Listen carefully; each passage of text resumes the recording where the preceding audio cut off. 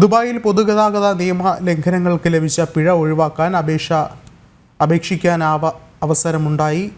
Metro, tram, bus, boat യാത്രകളിലെ നിയമലംഘനങ്ങൾക്ക് ലഭിച്ച ശിക്ഷകളിലാണ് appeal നൽകാൻ സാധിക്കുക. സന്ദർശക വിസയിലെത്തിയ വ്യക്തികൾക്കും അപ്പീൽ നൽകാം. ദുബായിലെ പൊതുഗതാഗത സേവനങ്ങളായ മെട്രോ, ട്രാം, ബസ്, ബോട്ട് യാത്രകളിലെ നിയമലംഘനങ്ങൾക്ക് ലഭിച്ച ശിക്ഷയിൽ പരാതികൾ ഉണ്ടെങ്കിലാണ് അപ്പീൽ നൽകാൻ സാധിക്കുക. 7 രേഖകളുണ്ടെങ്കിൽ മെട്രോ, ട്രാം എന്നിവയിലെ നിയമലംഘനങ്ങൾക്ക് പിഴ ഒഴിവാക്കാനുള്ള പരാതി നൽകാം. നിയമലംഘനം സംബന്ധിച്ച് ലഭിച്ച അറിയിപ്പിലെ നമ്പറാണ് ഒരെണ്ണം. പിഴ അടച്ച ശേഷമാണ് നീതിപൂർവമായിരുന്നില്ലെന്ന് തോന്നുന്നതെങ്കിൽ ബാങ്ക് അക്കൗണ്ടും അപേക്ഷയിൽ ചേർക്കണം.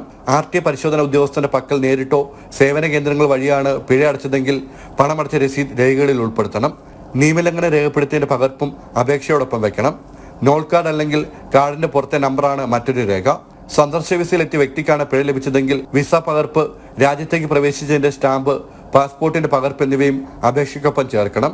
ഇതിനു പുറമെ പിഴയ്ക്കെതിരായ അനുബന്ധ തെളിവുകളും നൽകാം.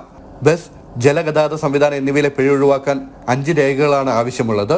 നിയമലംഘന നമ്പർ, പണമടച്ചെങ്കിൽ ബാങ്ക് അക്കൗണ്ട് നമ്പർ, പാസ്പോർട്ട് അല്ലെങ്കിൽ എമിറേറ്റ്സ് ID, പിഴ അടച്ചതിന്റെ രസീത് എന്നിവ ഹാജരാക്കണം. ജനം, ദുബായ്.